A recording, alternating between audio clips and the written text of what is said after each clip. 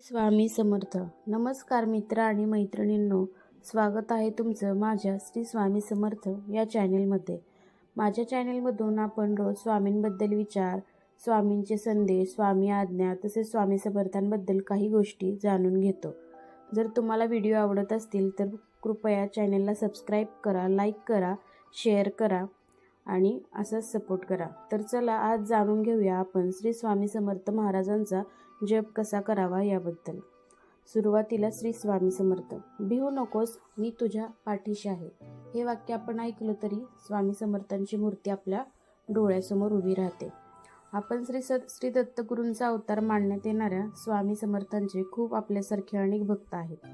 कर्म करत राहायचे, त्याचे फळ कधी ना कधी मिळतेच हे मानत स्वामींची भक्ती करण्यात लीन होणारे भक्त नेहमीच संकटातून तरतात असा विश्वास भक्तांना आहे.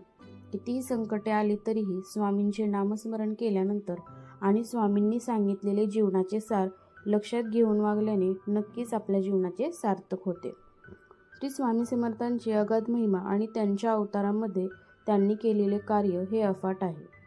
त्यामुळे श्री स्वामी समर्थ यांची सेवा केलेली कधीही वाया जात नाही. त्याचे फळ आपल्याला कधी ना कधी मिळतेच. फक्त मनात कोणतीही अपेक्षा न ठेवता स्वामींची सेवा करावी.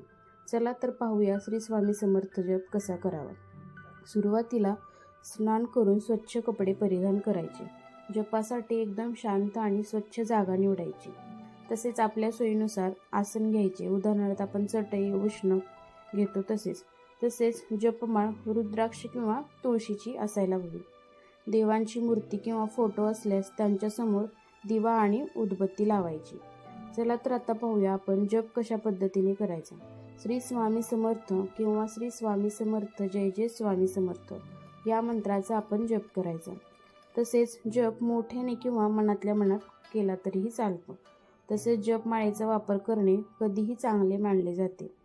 जपमाळेतील प्रत्येक मणी ओढताना एक जप पूर्ण होतो. तसेच तुम्ही तुमच्या सोयीनुसार एक दिवस कितीही माळा जप करू शकता. पण जप करताना आपले लक्ष मात्र स्वामींवर केंद्रित असायला हवे. जप करताना तुमचे मन शांत आणि एकाग्र ठेवा. जप करताना कोणत्याही प्रकारचे व्यत्यय टाळावे. तसेच इतर गोष्टी आहेत की जप करताना स्वामींना पिवळी फुले, मिठाई किंवा नैवेद्य अर्पण करणे शुभ मानले जाते. जप करताना कोणत्याही प्रकारचा राग, कंटाळा किंवा आळस येता कामा नये. कारण जप हा एकदम शुद्ध अंतकरणाने करावा. जप पूर्ण झाल्यानंतर स्वामींना नमस्कार करायचा, त्यांचे आशीर्वाद घ्यायचे.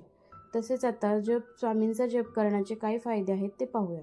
जपामुळे आपले मन शांत स्थिर होते, आत्मविश्वास वाढतो, सकारात्मक विचार मिळतात. तसेच नकारात्मक गोष्टी ज्या आपल्या डोक्यामध्ये आपण विचार करतो त्या नाहीशा होतात. चिंता, ताण, तणाव कमी होतो आणि आपल्याला आध्यात्मिक उन्नती साधता येते. तसेच जप करताना कोणत्याही प्रकारची सक्ती किंवा अपेक्षा नसावी. आपण नियमितपणे जप केल्यास स्वामींच्या कृपेचा अनुभव नक्की येतो. त्यामुळे जप करताना एकदम शांत, एकाग्र होऊन जप करायचा.